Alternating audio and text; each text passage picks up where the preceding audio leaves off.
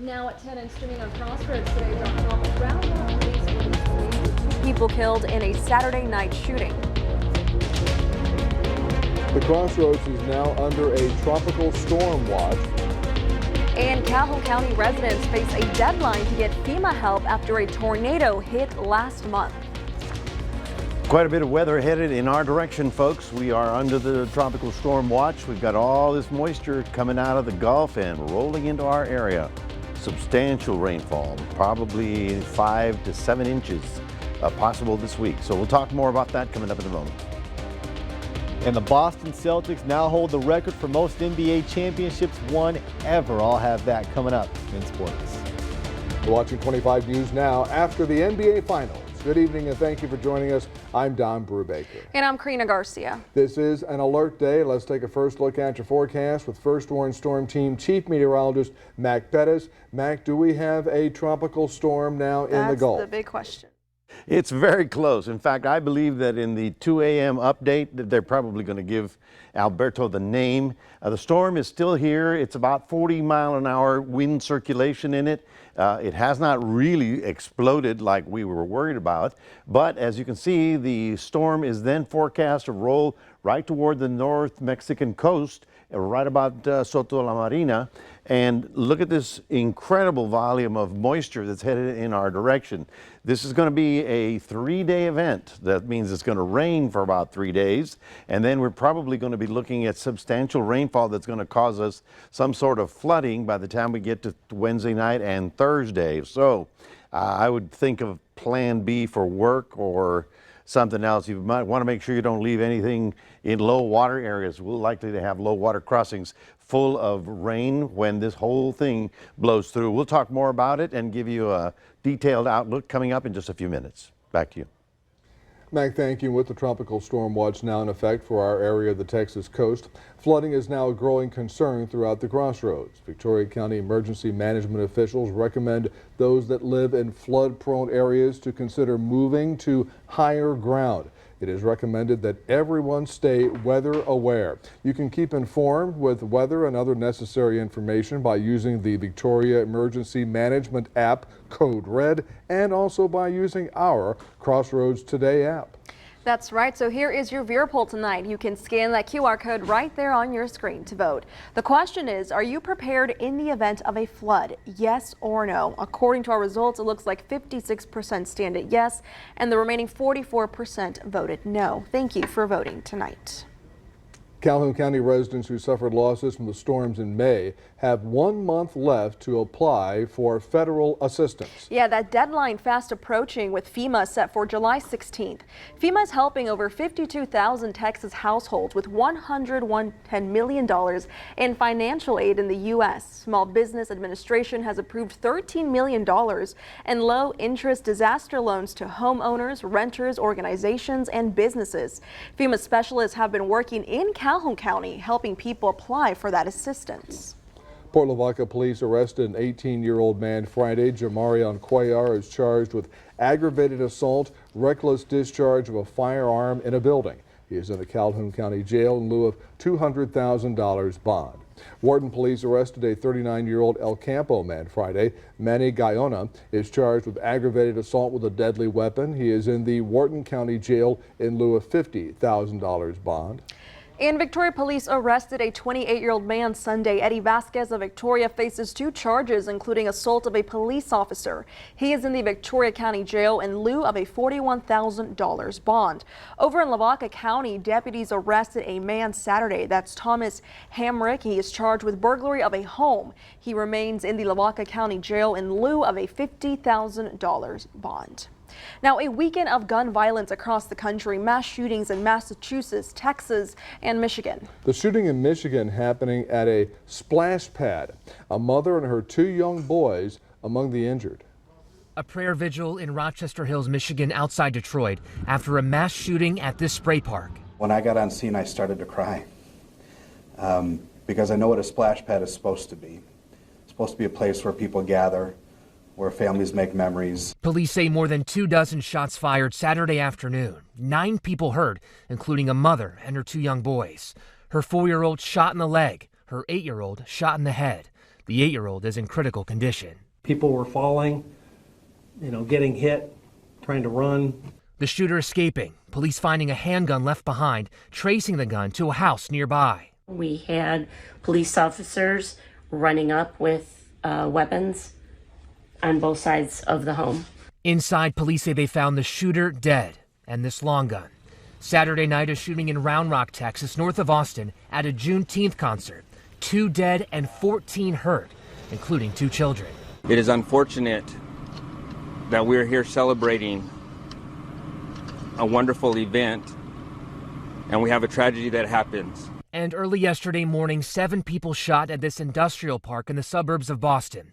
Police say it happened at what they're calling a pop-up party organized on social media, with hundreds of people showing up. And when you think about the ballistics evidence that we're recovering, it's incredible that not more people were hurt or killed.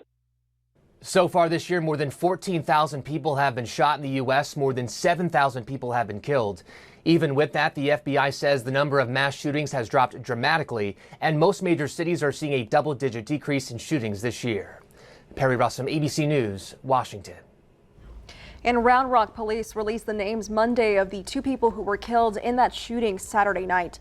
Police identified the victims as 33-year-old Lindsay Vicknar from Manor and 54-year-old Arad Duke from Pflugerville. 14 others were hurt in that shooting, which happened during a Juneteenth celebration this past weekend. Neither of the victims were involved in the original altercation. A judge ruled Monday convicted murderer Caitlin Armstrong must pay $15 million to the family of Anna Moe Wilson as part of a civil lawsuit. The judge in Austin granted $5 million each to Karen and Eric Wilson, and both parents were also granted $2.5 million each for exemplary damages. The judge entered a default judgment after Armstrong did not respond to the lawsuit. Armstrong was found guilty of Wilson's murder by a Travis County jury in November 2023 and was sentenced to 90 years in prison. The Victoria ISD is holding a special called board meeting tomorrow afternoon at 3:30. Board members will discuss and take action to select a superintendent search firm. The meeting is at the Administration Building, 102 Prophet Drive. President Biden is planning to announce a new policy that would lift the threat of deportation for tens of thousands of people married to U.S. citizens. Yeah, Biden will announce the new program tomorrow. The policy will allow roughly 490,000 spouses of U.S. citizens an opportunity to apply for a parole-in-place program, which would shield them from deportations and offer them work permits if they have lived in the country for at least 10 years. Israeli Prime Minister Benjamin Netanyahu has dissolved the 6-member war cabinet today in a widely expected move that came after one of his key rivals, the centrist former General Benny Gantz, quit the emergency government. Netanyahu had faced demands from ultra-nationalist ministers in his coalition to be included in the war cabinet, a move which would have intensified strains with international partners, including the United States. And Israeli police say at least 9 demonstrators were arrested amid passionate anti-government protest in Jerusalem today. The protesters are accused of attacking police officers and setting fires. There were also cases of attacks on police officers, with some of them getting slightly injured. Now, a brand new program starts tonight on KVC TV right after Fox 19 News Now at 9, and that was tonight. Yes, and it's called Let's Grow Texas Ag. It's all about farming and ranching in the Crossroads. The host of the show is Joe Adams. It also premiered on this station tonight at 6:30, and he talked with us about how important this program is to showcase agriculture in the area and how much rain impacts the ranching business. Rain's a funny thing, especially in the ranching business. You got to have it, and then when you finally do get it, and if you get it all at one time, then it becomes a problem. So you're going to have to address those problems. But everybody that's out there, they'll take care of their stuff. So after the first showings on KVU and KVCT tonight, here are the air dates for episode number 1, Let's Grow Texas Ag. On KVU, will be there Saturday, June 24th at 5 p.m. On KMOL, it'll be on this Wednesday, June 19th at 5 p.m. And on Sunday, June 30th at 10 a.m. On KVCT, Let's Grow Texas Ag will be on Saturday, June 29th at 4 p.m. On KXTS, It's on this Friday, June 21st at 10 p.m. and on Saturday, June 29th at 11:30 a.m. Great show, by the way. Remember to subscribe to our YouTube channel, Crossroads Today. Hit the like button and click the notification bell. Then you can see Crossroads Today on YouTube. Thank you. Stay with us. Flooding hit several parts of the country. Coming up on 25 News Now, after the NBA Finals, the dangers and how to be prepared for flooding next. Also ahead, a park ride malfunction in Oregon leaves nearly 30 people upside down in the air for more than 20 minutes.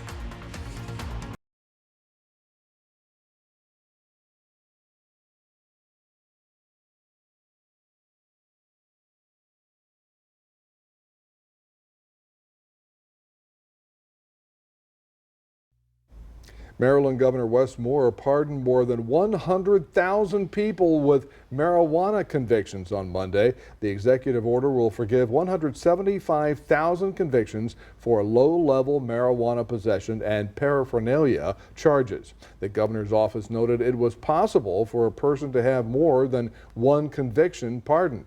The order impacts primarily misdemeanor offenses and won't result in anyone being freed from incarceration. Parts of Florida were struck this week with dangerous flooding. And while we've seen the damage it can do to communities, a lot lurks inside floodwater that can also severely affect your health. With all the flooding happening, the CDC and health officials urge everyone to stay out of floodwaters. Floodwaters often contain germs and contaminants that can make you sick. Human or animal waste, household chemicals, and wild animals like snakes are some things that may not be readily apparent. If you ever come in contact with floodwater, doctors recommend you wash your skin and clothes with soap and warm, clean water as soon as possible. This will help avoid skin infections, rashes, stomach issues, and tetanus. Seek medical care if open wounds show signs of infections like increased pain, redness, swelling, or if something doesn't feel right. With this Medical Minute, I'm Christiane Cordero. An investigation is underway after the driver of a pickup truck drove through a fence at Rocky Mountain Airport Monday morning. Deputies reported shortly after 9:30 a.m. Monday that the pickup truck driver hit two unoccupied planes at the time of the crash. The driver was taken to the hospital and no one else was reported to be injured. A malfunctioning theme park ride turned the world upside down for a couple dozen guests. Take a look. A wild ride at an amusement park became an even wilder scene when the gigantic rotating apparatus became stuck upside down, trapping terrified riders in midair. The incident happened at Oaks Amusement Park in Portland, Oregon, and on opening day of the summer season. Talk about bad timing. The giant 360-degree rotating atmosphere ride malfunctioned, suspending 28 people upside down for nearly half an hour. No sooner than rescue officials responded to the scene, operators were able to return the ride to the ground where the passengers were unloaded safely. No injuries were reported from the incident, and the park later released a statement saying the ride would be closed until an investigation on the malfunction could be completed. They say the topsy-turvy tumult was the first operational incident since the ride opened in 2021. From there, we now share another rare affair, a big bear scare in Sierra Madre, California. Neighborhood residents were understandably on edge after a large bear went on a break-in spree, entering 4 homes and 1 garage in search of food. No one was reported injured, but at least one homeowner's poultry plans were put on hold when the burly burglar made off with a packet of frozen chicken. Police responded with loud air horns and fired pepper balls at the perp, which dropped its ill-gotten gains and hot-footed it back to the forest. Finally, these wild animals were on the loose, but it was all according to plan as Houston Zoo officials navigated 54 beautiful Chilean flamingos through the park to their newly constructed habitat in a perfectly executed and impressively performed prancing parade of pink. For Take a Look at This, I'm Jeremy Roth. Master Chef Gordon Ramsay released a video around Father's Day talking about the importance of wearing a helmet after being involved in a dangerous bike crash earlier that week. He said, quote, "I'm lucky to be here. You've got to wear a helmet. I don't care how short the journey is. I don't care. You know, the fact that these helmets cost money, but they are crucial. Even with the kids, a short journey, they've got to wear a helmet," unquote.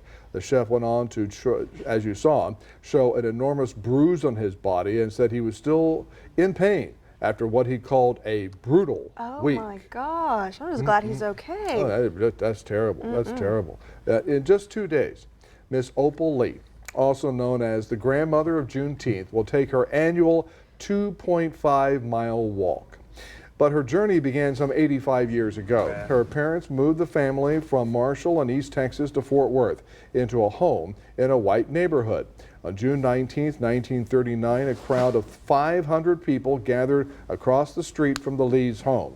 Lee says her dad came home with a gun, and police told him if he fired it, they would let the mob after him.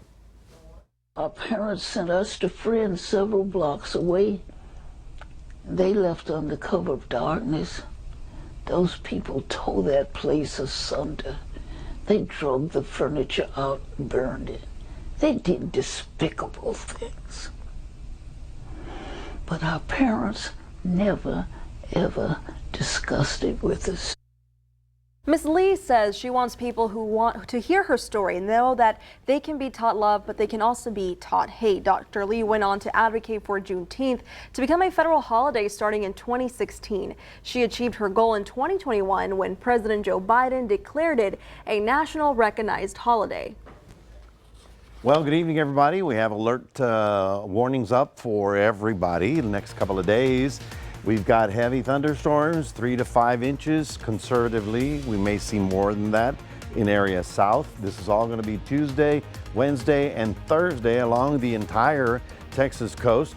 We're going to be seeing flooding, low water crossings and roads. Peak winds for us about 35, maybe 35 miles per hour. That's not a wind issue, but it is the heavy rain issue that we're going to be dealing with, and it should begin tomorrow. We'll have more on the storm coming up after this.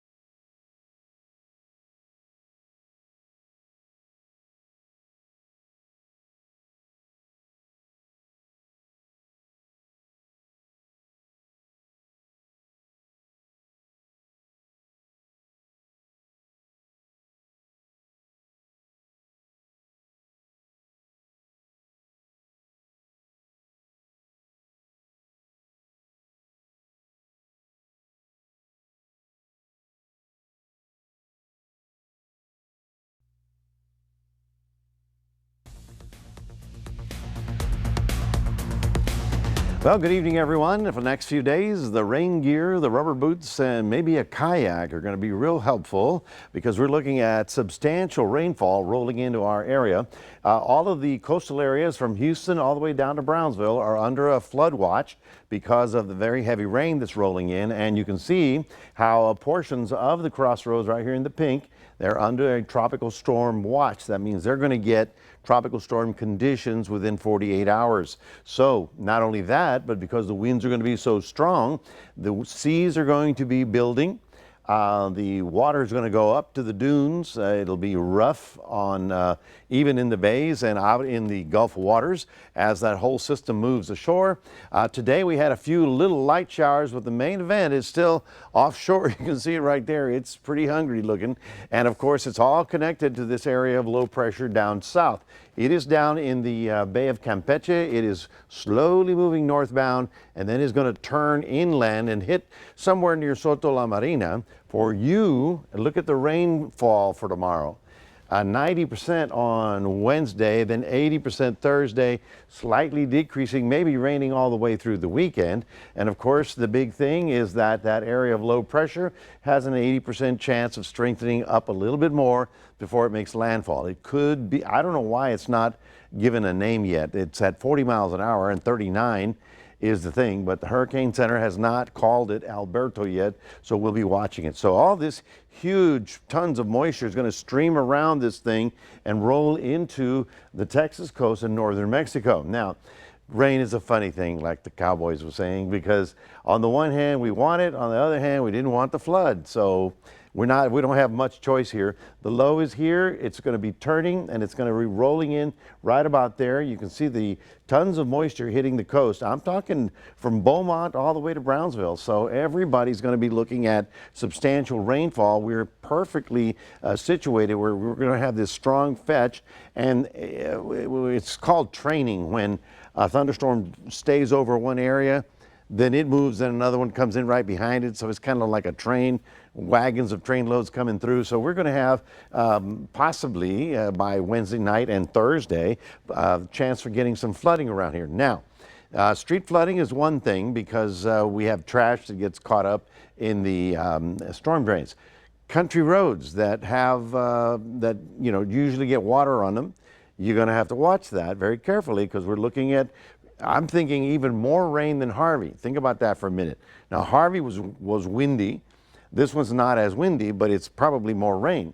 And so you see all over the coastal band, and these are very impressive totals. Look at this. All the way through Wednesday, we're looking 5 to 6 inches in Victoria, 8 inches to maybe 10 from Corpus Christi south toward Brownsville. And so, the water can't come down that fast. The ground can't absorb it that easily. So we're going to be looking at flooding. Now watch this and notice that this is Tuesday midnight. All right. We have that low pressure. It's spinning, it's going, and then it's going to roll onshore. We're going into the future here. And then, that moves ashore and you go, okay, that's great. That's fine. It's over. But not necessarily, because by the time we get to the weekend, another area of low pressure forms in the same place, and we're going to have to watch which way it's going to go, because if it comes back this way, it's going to be a problem. So thunder showers rolling in tomorrow after lunchtime, thunder showers pretty much all afternoon. We look for heavier rain tomorrow, main event on Wednesday, then a little decrease, and it could stay soggy all the way through the weekend, folks. So I don't know what observations were planned for Juneteenth, but Plan B is a great idea. That's your 7-day forecast, reminding everybody we do have a QR code. Love for you to scan that, put Crossroads Today on your phone. And now we'll toss it over to Zach with more basketball.